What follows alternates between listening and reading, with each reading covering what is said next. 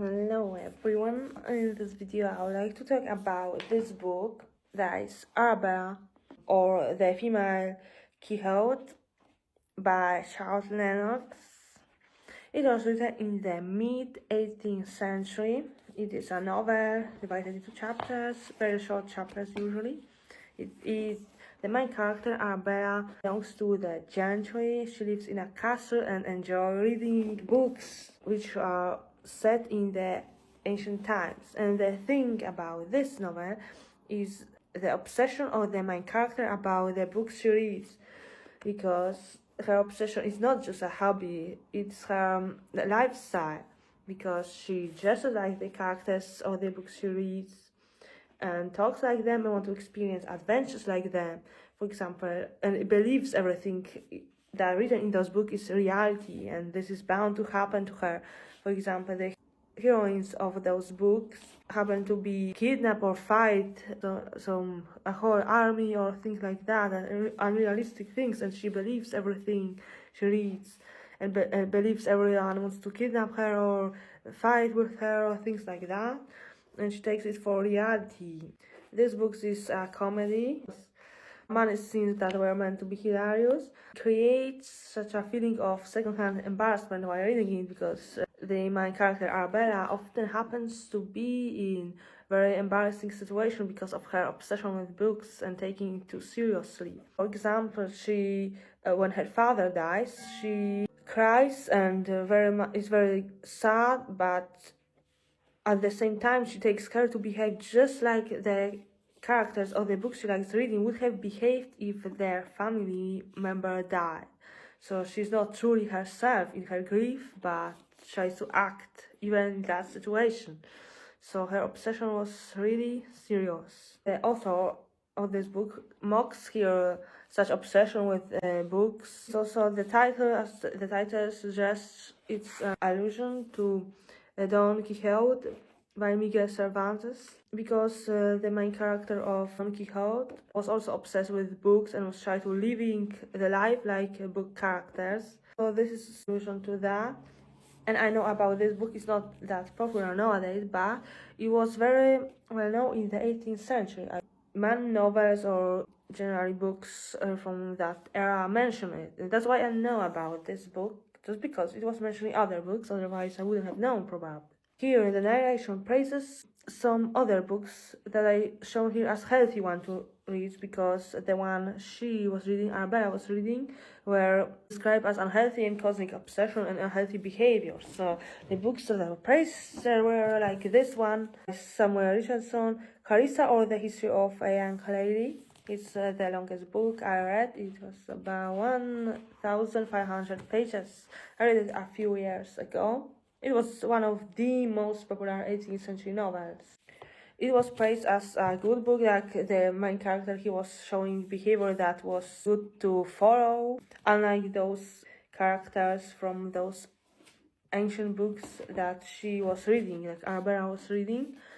However, the irony is that these books and many books like this caused me obsession about 18th century, very similar to the one Arabella had about ancient times. Like, I started to dress like in the 18th century. I made myself some dresses like that, and I was thinking about that era all the time and imagined that I lived in that era, just like Arabella was about ancient times. So anything can cause obsession, even a healthy obsession, because my obsession was not just a hobby, it was really unhealthy to a certain extent. I still am obsessed, but not like that, because I really wanted to live like in that time and do everything like in that time. I want to have a more rational attitude now, but maybe I like having obsession, but as long as I have a rational point of view, then it's nothing bad, in my opinion. Because in Arabella was in embarrassing situation because of her obsessions, and was dressing all the time in that clothing and expected things that happen in those fictional books to happen to her in real life. That's why her obsession was unhealthy, and believed that other people might have evil intention to her, just like it was happening to those fictional heroines of those books she like reading. But sometimes there was a situation when it helped her, like there were some thieves that wanted to steal money, but she didn't think they were thieves and was talking to them something, and they started to be scared. I would rate this book like 7 out of 10 because it's a special book. It's like for the 18th century. It's inspired by Don Quixote, but in the 18th century it's something very new. I enjoy reading it because it was very funny and was so psychological too, because it's analyzed how a person who has an obsession with something behaves and how other characters react to that. And also it gave me a perspective because it showed that she behaved and had manners like in the ancient times, and the characters were saying like the manners has changed and the values has changed during that time, clothing and everything. It was like pre-Christian times. It was mentioned like that, and those books sometimes praised killing or that's heroic. So she didn't think that it was that bad, and shows how dangerous sometimes reading some books might be, because when she believed that killing is heroic act of courage, she didn't think that it's a evil thing to kill. But now, spoiler, because I would like to discuss how the book ended. So it ended, as far as I remember, the original Don Quixote, and that like the character didn't change, didn't stop believing in those books. But she here is presented with rational arguments why those books aren't as valuable as she thinks, and she believes in what she said. She sometimes is represented as a mad person. One character thinks that she is insane, but she can think rationally. She just based her rational thinking on those books and that mentality. But she could be presented with different worldview and different arguments, and she can think logically and accept the reality.